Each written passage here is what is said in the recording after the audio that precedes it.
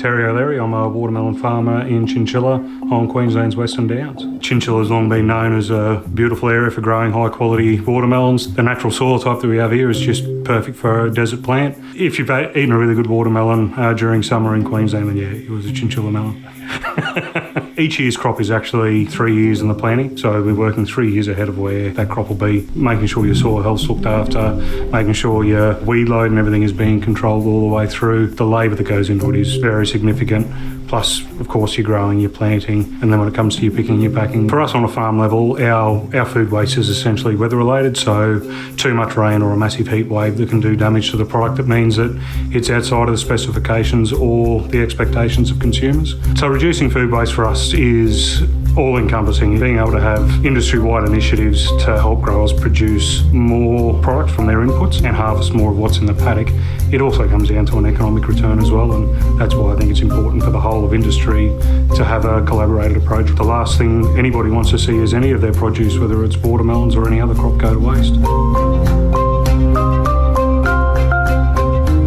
Hi, I'm Melissa Smith. I'm the Horticulture Lead at End Food Waste Australia. Before this, I was a grower. I worked for over 20 years in broadacre and horticulture. We have amazing fresh produce in Australia, but the thing is, it's also Australia's most wasted food.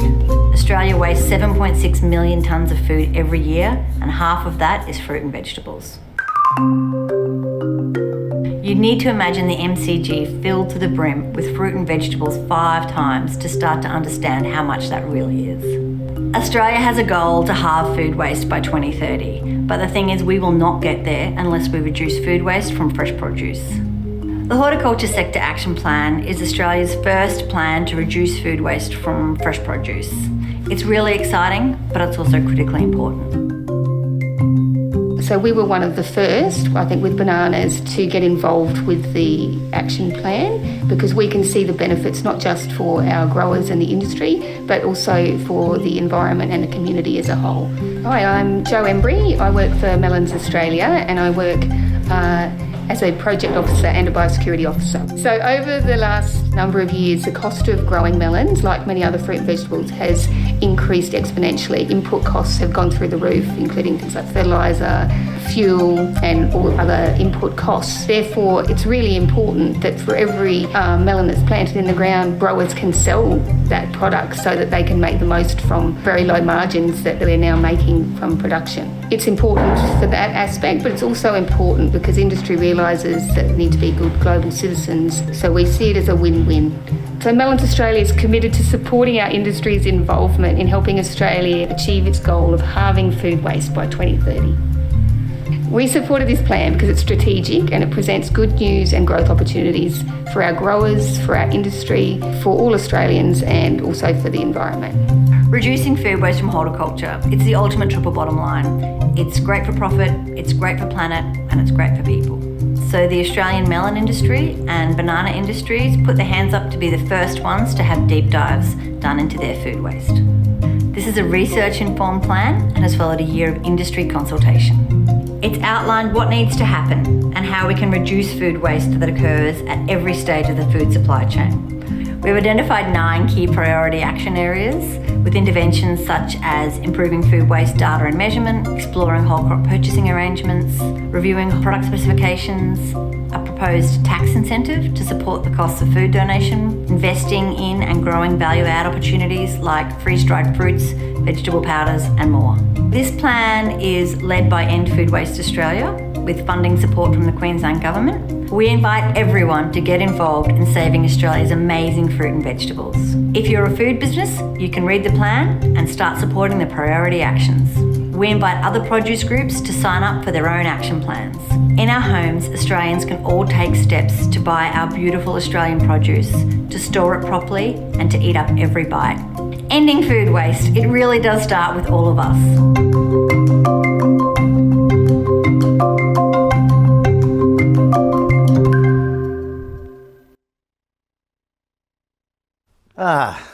How you feel seeing yourself on the screen, Mel?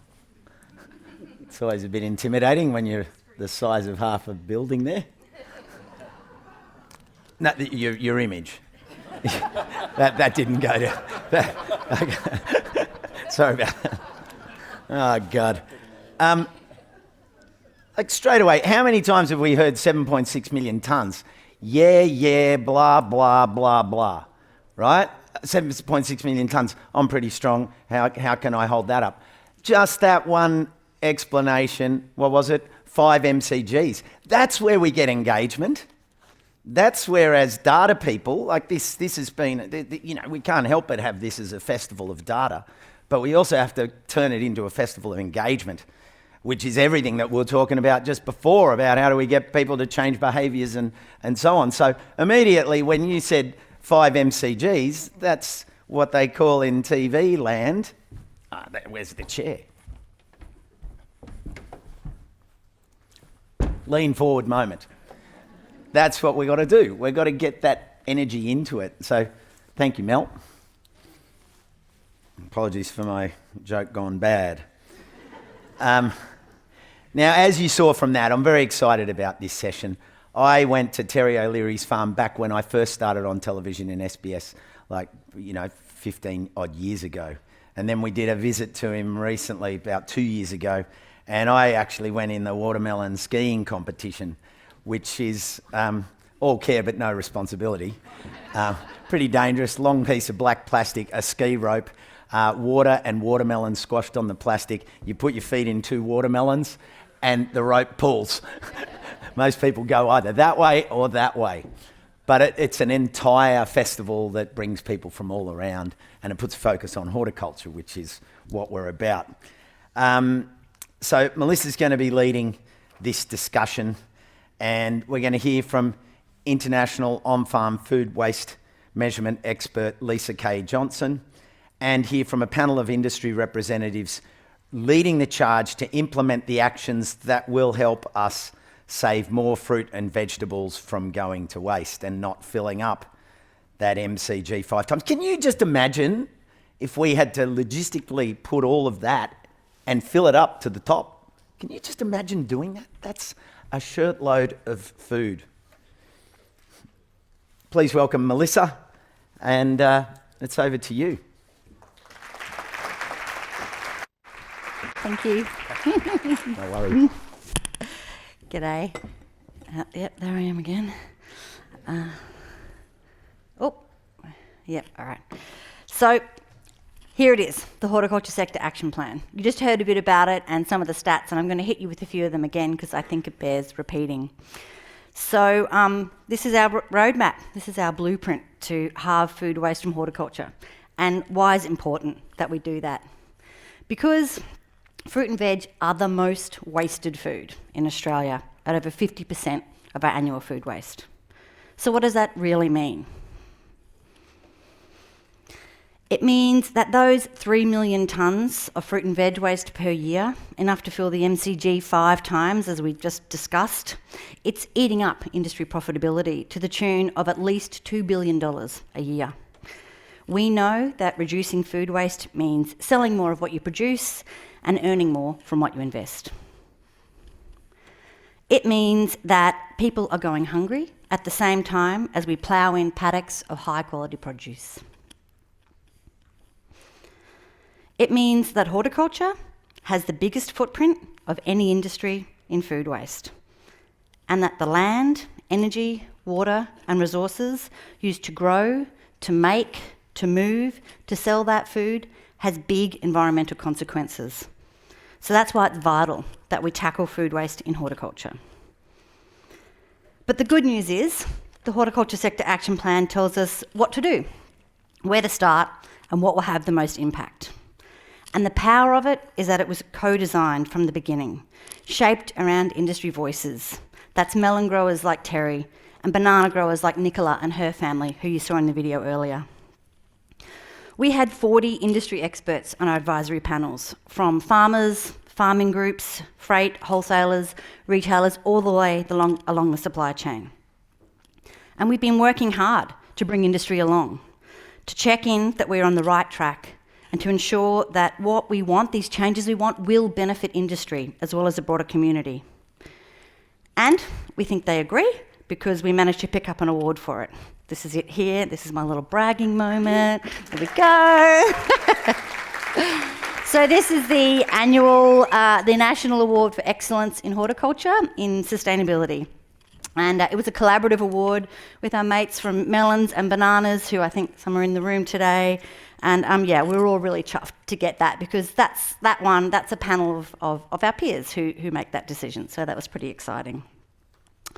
And the thing about the Horticulture Sector Action Plan is it's not a report, it's an action plan. So we are making sure that those actions, that these actions I had up earlier, are implemented. But to do that, we need more support. We have applied for grants and industry funding to the tune of $8 million to continue to implement actions like certification and training for growers, standardised measurement and reporting techniques, product specifications review, market-led value-add solutions for surplus, and more. So let's hope that those are successful, and if you've got any ideas for how you'd like to support or collaborate, please reach out. But I want to stress that the last thing we should be thinking is that this is a problem that's too big and too tricky to solve. It's really not. There's exciting work underway by us and others, and we're going to tell you about those on the panel today. This panel is all about how different parts of the supply chain in horticulture can act and what's going on. We know the what, we know the why, this is going to be the how. But first, let's hear from Lisa Johnson, someone who pioneered the how in horticulture. Lisa comes to us from North Carolina. She's a leader in on-farm food loss research and measurement, and has worked with the USDA, with ReFed, the WWF, Consumer Goods Forum, and more. She's a globally recognised thought and action leader in reducing on-farm food loss and waste. Lisa. Thank you. So kind. Hi, good morning. I'm an American person. Hope you can understand my accent. I'm also like a Southern American person, so I might say y'all. Y'all means everybody, all of us, right? So it's a really inclusive term that's been around a long time.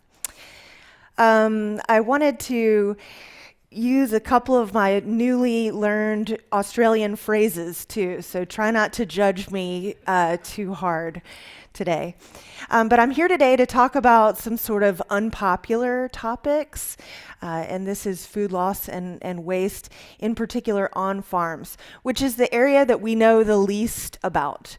Once fresh produce hits the farm gate, it's counted, it's sold, its data is collected on it. We know a lot more about where it goes and doesn't go. The products that don't leave the farm are much more mysterious, and that's where I have centered my work since about 2015.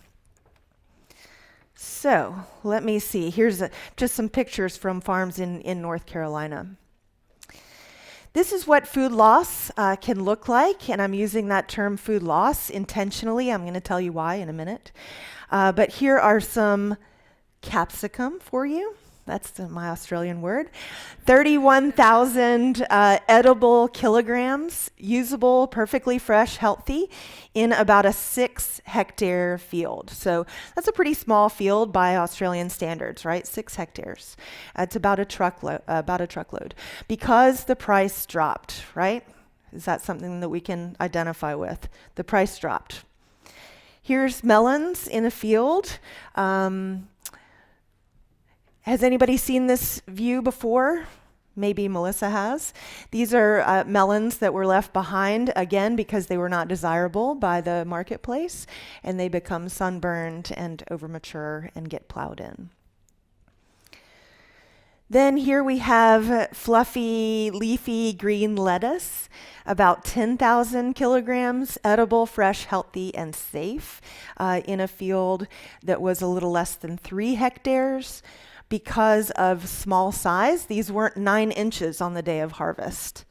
So they were not harvested. And field priority, which I'll talk about too, but if you were a grower and you had 2 fields, one of which had really high quality coming on with a high price, and the other field that was kind of finishing up, the quality was a little down and the price was down, where would you send your crew? Right? Anybody can identify with that. If you were that farmer, you would send the crew to the other field, not this field of lettuce. And then, of course, we have our old friend weather, which is more and more unpredictable. So in tomato, over 30% of the crop here was lost due to a lot of rain all at once. So what I can tell you is that what we have in hand-harvested crops, in hand-harvested horticultural crops, is we have a gold mine if we're really interested in social impact, food, and nutrition security. Did I say that right? Gold mine. Okay? So, if you look at the people, planet, profit, right, most of the benefit from recovering farm loss is going to impact people. So, it's very hard to get that gold rush started until we can have that profit figured out, right? So until it's profitable to recover all this food that's left on farms, it's not going to happen. We need to figure out ways to benefit growers to use everything that they have put all their resources in to grow. Well, what gets left behind? What does it actually look like? Well, it falls into three categories, whether we're looking at sweet corn or eggplant or tomato or capsicum, as it in this picture. There are three categories of quality that sit in the field after it's finished being harvested.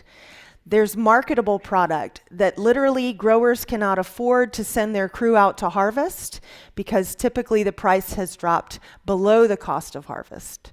Then there's that ugly or imperfect or misshapen part that's too small or too large, but perfectly edible. It's just not desired by most of the marketplace. Then there's a portion that's unfit for human consumption by developed country standards, right? I mean, we could cut that part out if we were smart. So I developed a method to sample and estimate in fields how much is left behind in each of these categories. And what happens when we measure something, we all know by now, right? We can manage it. You can't unknow what you know after you've measured something. You know there's 10,000 kilograms out there, whether you want to know or not. If you know, you might be able to pick up the phone and call someone that might be interested in that crop, right? On Tuesday, we went out to a fantastic farm nearby and did some measurement.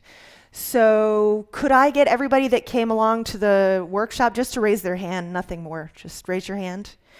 If you look around, there are experts right here in this room in Australia that know how to do measurement on farm of fruit and vegetable crops. It's pretty easy, right?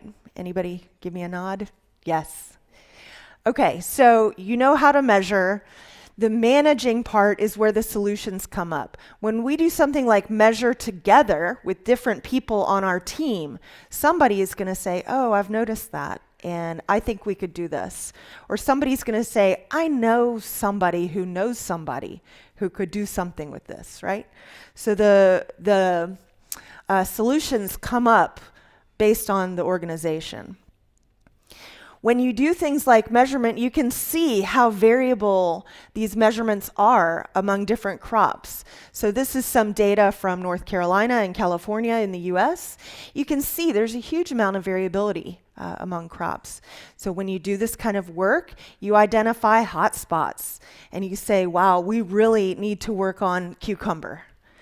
We need to find solutions for cucumber immediately, right? Maybe it's more important than summer squash at the moment. So when you measure, you can find things out like this. Just by the way, the average of fresh produce that's left behind in North Carolina is about 5,000 kilograms per hectare. We have over 100,000 hectares, no, not hectares, over 100,000 acres. So I don't know what that would be in hectares. In California, our fruit and vegetable basket, it's a little over 11,000 kilograms per hectare. So it's a real big opportunity. Okay, I'm going to skip forward a little bit and let you know that I use the term food loss because of its definition, but also because, if you think about it, our growers are working hard to prevent losses all year long. And then they get these two major unpredictable factors of the weather and the market, and they don't have any control over any of that. So they can respond to those conditions by harvesting or not harvesting. That's basically the only action they can take. So I consider losses on the farm as losses because they represent a limitation, a technical constraint somewhere. If you know farming, you know that farmers are always working to prevent losses. I'm not going to go through this for you because I'm running out of time. But what I can say is that lots of things have to fall into place perfectly for a crop to actually get off the farm, out of the field, and to the store.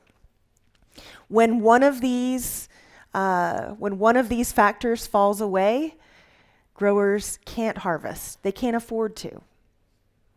I hope that makes sense.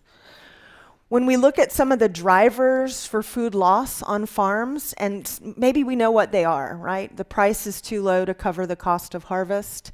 We have unpredictable trends. Lots of people blame overproduction. These are actually symptoms. We have to continue to ask why. Why is this happening?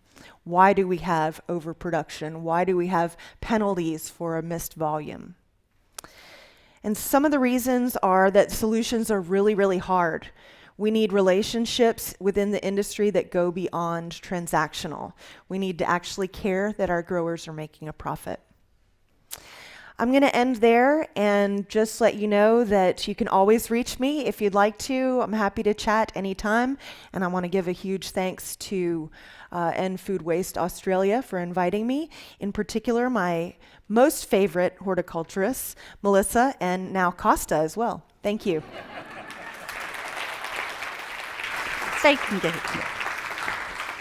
Thank you, Lisa. She is amazing. They say you should never meet your heroes, but I met Lisa and she's lived up to all my expectations.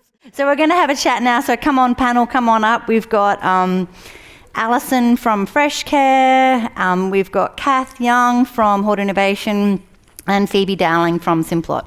And Alison does have a last name. It's Buxton. I just didn't say that. So yeah, as I discussed, we're going to have a little chat about some of the things that are happening in the supply chain and the ways different people are acting on it, a bit of the how. Your chair's okay, everyone? All right, so I'm going to start off with Phoebe. Phoebe, can you tell us a bit about Simplot and why reducing food waste at the farm is important to the rest of the business? Because Simplot is a really big business. I don't know if any of you know the name. Phoebe's going to tell us a little bit more about it. But, you know, why does saving a few potatoes matter? Thanks, Mel. So for those of you that don't know Simplot as a name, some of our household brands include Birdseye, Legos, Edgel and John West, to name a few. We are a food and agriculture business, American owned. Here in Australia and New Zealand, we employ over 2,000 people. We have 5 manufacturing sites here in Australia, and we supply into the food service and retail channels. Our purpose and mission is we contribute to feeding our world by sustainably bringing Earth's resources to life. So you can see how that directly aligns with the ambitions in the Australian Food Pact, in which we are proud to say that we were the first signatories to the Food Pact. I had to drop that one in there. So let me first start by saying it's not just a few potatoes. So sometimes I think, and I know this theme came through yesterday, we think that these problems are small, and on their own, maybe they are, but every little bit counts. And when they're pulled together, we can have some serious impact. We've been measuring our food waste and loss for 3 years now under the Pact. We're systematically working through each of our individual areas of food waste and loss and prioritising our efforts. One of the areas that we haven't understood very well until now is actually the loss that we experience on farm post-harvest. So basically, the harvesters come in to harvest our potatoes, which is one of our major commodities, and essentially the potatoes that are left behind is something that we didn't really understand up until very recently. So we have worked with End Food Waste Australia using Lisa's methodology as an Australian first to understand what is the actual volume and value of the potatoes that are left in the field.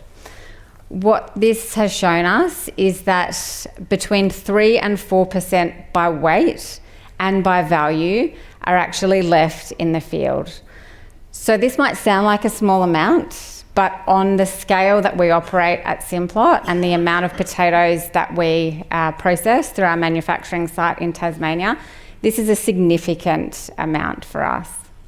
And I think sometimes organisations or individuals can think that food waste or loss is just about the produce itself, but it's so much more than that. And I think that's when it really gets the attention of others, including leaders within our individual organisations. We're talking about the resources that are going into this produce to produce them. We're talking about the saved greenhouse gas emissions. We're talking about the potential for this food to actually be sent back into the human food system to help address food insecurity in our country in this cost of living crisis that we find ourselves in. Amazing. Thanks, Phoebe. That's really exciting. And Simplot do take that leadership role often, and we're really grateful to you in the Pact. So, Kath, I'm going to go to you at Hort Innovation and zooming out a bit. Can you tell us a bit about Hort Innovation and what food waste reduction means for growers and the hort industry, and why is it a priority for sustainability? Thanks, Melissa. Thanks for the introduction. So, hi everyone. Hort Innovation is a grower-owned, not-for-profit research and development corporation. We invest R&D levies that have been provided by our 37 industries, government funding and co-investment contributions to look at research and development that is foundational, it's innovative and quite often transformational. We also invest marketing levy for some of our industries that have a marketing levy to drive consumer education, consumption and demand, which I think aligns with some of the things that we've been hearing. So no grower wants to create waste. We've heard it just now from Terry O'Leary and Joe Embry from the melon industry. So many inputs, and also from Phoebe with Simplot, so many inputs, not just resources of fertiliser and water, it's labour. It's a big point noted also by Lisa, is that labour cost to actually harvest a waste product. So for any horticultural grower, what their number one priority is to sell everything they grow, because that's where their income comes from. So what we do at Hort Innovation is we partner with our industries to provide research and development and extension projects that will drive practice change, will enable them to be able to minimise some of the impacts that we just heard from Lisa and Phoebe. So there could be projects looking at lots of different areas that also align with the Hort Sector Action Plan too. But these areas will cover things about looking to understand what's causing that waste. Can that be minimised? Are there opportunities to drive market growth in a certain area or provide market access to new markets that might be not domestic and might be international? That sustainability piece is about providing R&D that allows for environmental stewardship, working with our communities and other partners to make sure that all the product is able to be sold. And I guess there's a really key priority for us that is, what's considered waste, finding new revenue streams for those, and actually having the markets and consumers and other components look at it as actually a resource, not as a waste. So I really love using that term food loss, because it's still a food, but for some reason we keep calling it waste. So. Yeah. Thanks, Kath. And are you getting any feedback from industry? Because, you guys really are the conduit to industry in a lot of ways. Do you think industry across all of horticulture is starting to care. I know they care, but starting to agree that it's time that we should be putting some more time and resources into reducing food waste? Definitely hear that they care, and absolutely, because it's all about being a prosperous and sustainable sector for horticulture.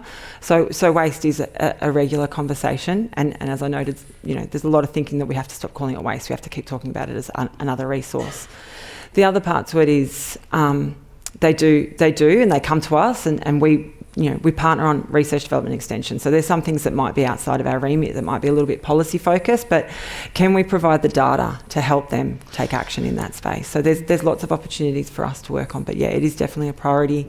And we did work with End Food Waste on the horticulture sector action plans for the banana and melon sectors. That was some of the partners, and we're hoping that we can do it with some of our other industry commodities. Yeah, thanks, Kath.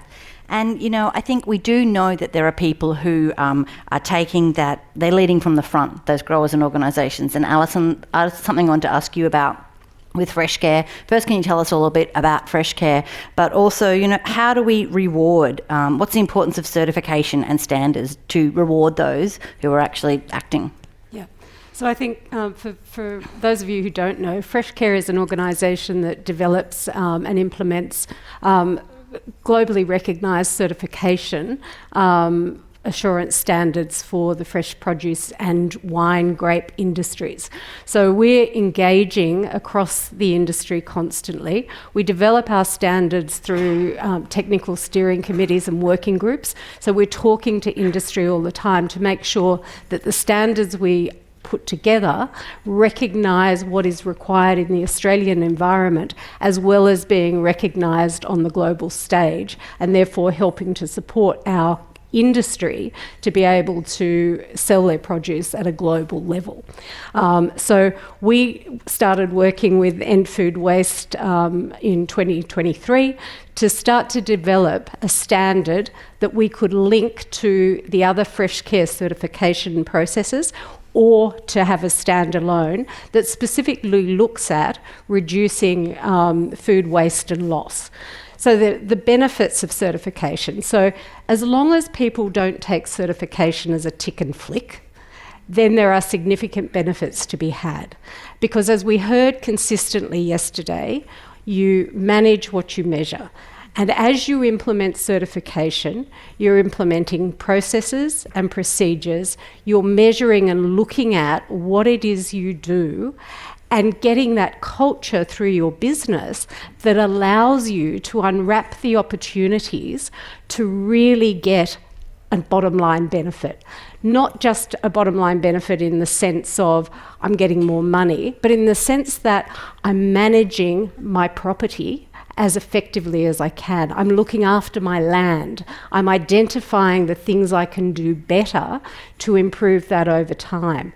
I'm looking at ways that I can give back to community and really building on that. So as we've looked to develop this standard, and we now have it in draft form, we need to be able to roll it out, and we're looking for funding. So we've got a joint application, and you talked, Mel, about some of the applications for grant funding.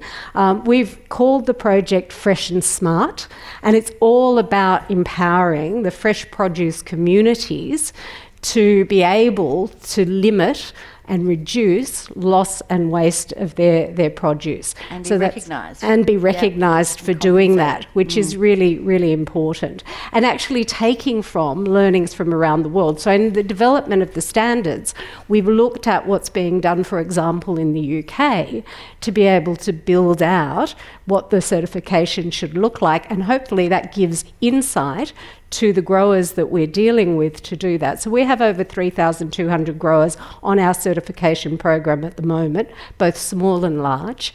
And so this is an opportunity for them to build on what they already have with an extension of that program to really focus on that food loss and waste. Yeah. Thank you. Thanks, Alison. I think it shows real promise, and that bit about rewarding growers, and I don't know if any of you want to address this, but accessing more markets, or the financial reward that can come. Kath, maybe you've got some insights about that.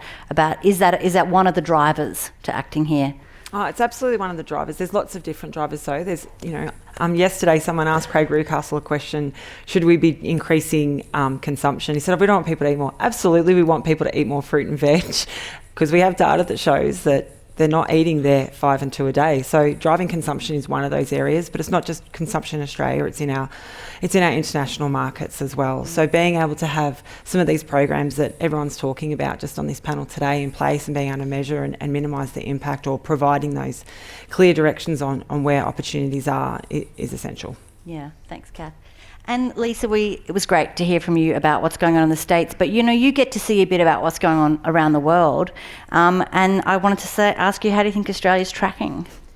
I think there's a lot of exciting new things happening in Australia having to do with on-farm. I've heard so many great speakers today and yesterday talking about activities on farm. What I would like to see is a bit more data collection. It's often the last place that we focus on for food waste data collection, because the food waste that gets into the landfill is so environmentally damaging and so expensive. So we overlook, what's happening on the farm, because it's not that environmentally damaging. It's not that expensive to leave something in the field, but the social impact potential is really huge. So I'd like to see more data collection, and I think it'll drive more action. Yep, agree. And I think something we've been hearing a lot about over the last couple of days is collaboration, the importance of collaboration. So I just wondered if any of you guys had a story you wanted to share where you've seen great collaboration, or where you haven't seen it maybe and you think there could be better. So I'll just throw it to the panel if anyone wants to pipe up. I can jump in there. So I know the term is a little bit overused, collaboration, but I think it's such an important part of this, because individually in our organisations, we're all trying to do things where we believe we can have the biggest impact and have the most control.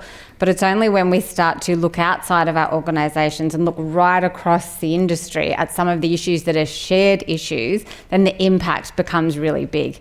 An example of this for us is at this very conference 1.5 years ago, we were introduced to Yumi, the stock clearance platform. Katie was up here talking yesterday, and we engaged in a trial to look at how we can get better value and direct more food into the human food chain from our surplus finished goods.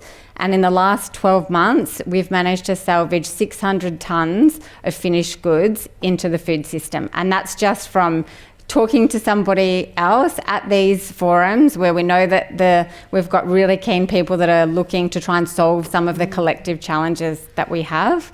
So that's an example of where it's going really well, but I think an example of where we genuinely need to do better as a part of the Food Pact is actually working outside of our organisations and looking at common problems that we all have. One example there might be all of the damages that we have in shared 3PL warehouses. What are the processes for managing those things, and how do we direct them into the human food system? Excellent. Love that. Yeah, I'd like to say something at the higher level. If we think about how important farms are to our society, and how especially horticultural farms are producing the essential foods we really need to live, we need to understand that those farms need to stay in business. So if we continue to prioritize giving them the absolute rock bottom price, that's not sustainable for them. So we have to understand that we need farms as much as they need buyers. So we need to all be working together to make sure farms stay in business, they stay viable, and they're supported. Because many times farmers think that they have great, friendly, strong relationships with their buyers and throughout the supply chain. And many times that's proven untrue. So, I want to encourage everyone, if you have power in the supply chain, to remember that you need farmers. Mm-hmm. So I think that really high-level collaboration is important. Yep, thanks. Great. Anything else? Well, I think, from a Freshcare point of view, collaboration is key. Yeah. So working with the growers is the only way that we're going to get standards that actually work within our environment. Mm-hmm. So yes, they can be globally recognised, but we can work with them. And we can then also become a voice, if you like, to the legislative environment about things that don't make sense and that we should change. So rather than single growers trying to operate separately, us talking about what could be done differently, still maintaining the surety of our environment. Freshcare have a really amazing spot there in the chain, don't they? Absolutely. That voice. Yeah, so I think, it's clear we all want change, but how do we ensure that the key people are at the table and are motivated to act? Anyone got any thoughts about that one? I can say something just briefly. Many, many times I've been to meetings, conferences, talks where there's some sort of redesign of the food system happening. And there are many very experienced people discussing how the food system should be redesigned. And I agree, there are some problems in developed countries like Australia, the US. However, it's very rare to see growers providing their perspective at these meetings. So we really need to, if ever that is happening, you're at a meeting where you're planning to redesign something, please include farmers. Pay them to be there if you have to. You need their voices. It's not going to work without them. And that's absolutely perfect. I was actually going to say about the collaboration, it's the leveraging the learnings from other growers, because we know that we're grower owned, and we know that some of the greatest ideas and innovations actually come from our grower members that they bring to us. So absolutely, consulting with them and making sure that, the innovations or the areas that you're looking to find efficiencies actually isn't just, a dream, it's actually implementable and effective, and it might only be incremental change. It's not always a huge step change. Some of the work we need to do is quite foundational and incremental, and bring them on the journey with us. All right, now I've got a couple of questions from the audience, and this one's for you, Lisa, and I wonder if you can guess what industry it's from. What's the most exciting innovation and use of food loss you've seen across the globe? Anything particularly in the melon category? Oh, melons. Wow. I've seen a lot of watermelons in the field, and I've eaten more watermelon than I really should have. The most exciting thing I've seen for watermelon is watermelon juice. From what I understand from growers, the watermelons they're growing for consumers, for example, the seedless, sort of smaller refrigerator melon, is not the same one that juice manufacturers need, which is the big picnic melon that's seeded with a really high Brix content. So similar to cucumbers, they're in the same family, right? So not a huge surprise. But you can't just take a surplus watermelon and automatically apply it to the juice industry. Similar in cucumbers, you can't just take salad cucumbers and make pickles out of them, right? So it's a challenge. I've seen research showing that watermelons make great energy as well, ethanol. So there needs to be some work done. Deeper dives. Good news melons. there. We've applied for a grant to look at some consumer-led solutions to melon surplus. So fingers crossed we are successful on that one. And that brings us to the end of our session. So thank you, everybody, and thanks to the panel.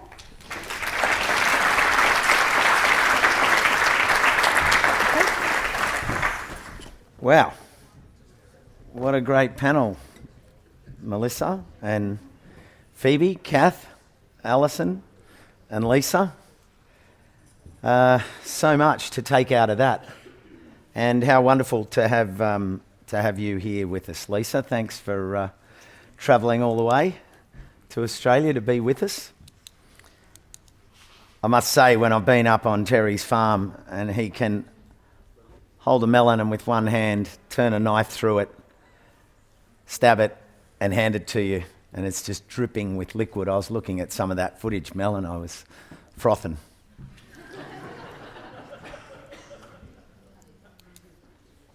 Thing that struck me most there was you can't know what you know, you can't unknow what you know after you've measured it. That theme is coming through, given that we have so many researchers here. And, it threads back into what we've been talking about in terms of language, that idea of waste and loss. Loss is a bit more, waste is a lot more away. Loss is skin in the game. So I like hearing that, and it kind of made me think a little bit about consumer. Consume, as opposed to when we talk about food, we're actually ingesters. And if you think about ingestion, there's a lot more skin in the game than consumer. I'm not sure how that's going to work in your acronyms and your hashtags and things, but it's something to think about.